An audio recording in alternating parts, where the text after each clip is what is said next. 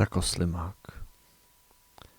Pravděpodobně vlivem vzájemného křížení teplokrevných obratlovců zvaných ptáci a suchozemských nahých plyžů z čeledi slimákovitých slimáků vznikl tento rozkošný druh, kterému nikdo neřekne jinak než ptakoslimák.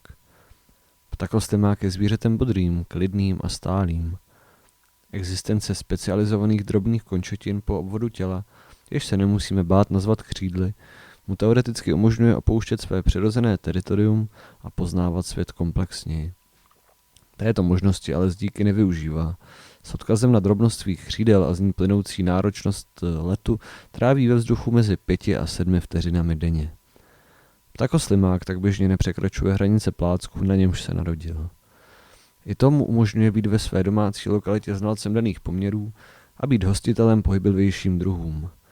I pro svou lebedivou povahu tak bývá některými přirovnáván k pololidskému druhu hobitů, případně středoevropskému lidskému kmeni Čehůnů.